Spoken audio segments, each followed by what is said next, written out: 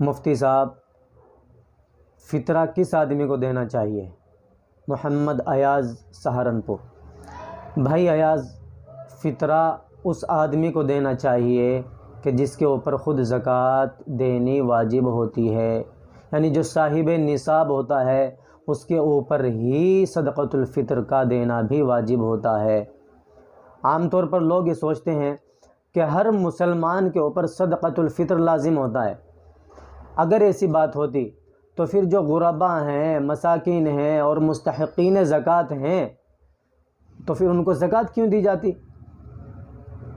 اس لیے یہ بات یاد رکھنی چاہیے، عوام الناس میں یہ بات مشہور ہے کہ ہر پیدا ہونے والے مسلمان پر صدقۃ الفطر واجب ہوتا ہے، چاہے وہ غریب ہو، مالدار ہو، کیسا بھی ہو۔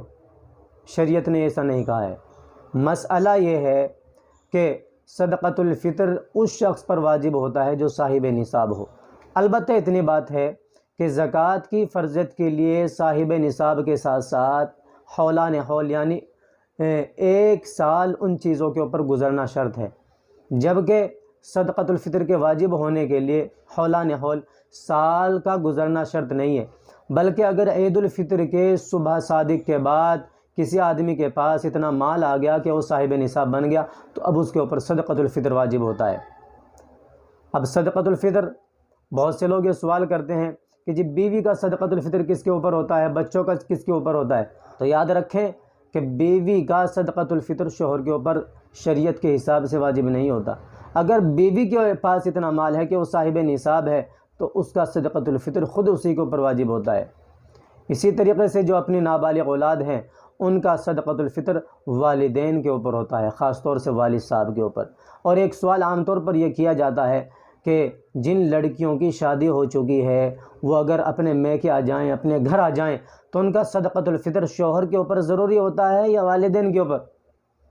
تو اس مسئلے کو بھی غور سے سنیں اور یاد رکھیں کہ بیوی یعنی کہ لڑکی کا صدقۃ الفطر خود لڑکی کے اوپر واجب ہوتا ہے جب اس کی شادی ہو گئی، اگر وہ صاحب نصاب ہے، اور واجب نہیں ہے نہ کسی کے اوپر، نہ شوہر کے اوپر، نہ والدین کے اوپر۔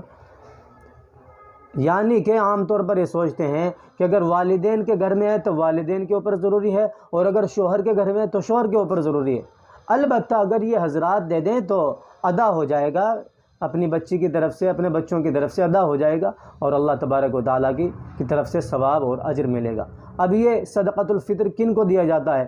غریبوں کو دیا جاتا ہے، اور سید لوگوں کو نہیں دیا جا سکتا۔ یعنی اگر کوئی سید آدمی سادات خاندان سے یہ چاہے کہ میں اپنا صدقۃ الفطر سید اور سادات خاندان کو ہی دے دوں، نہیں دے سکتے، آپ ان کی امداد کریں۔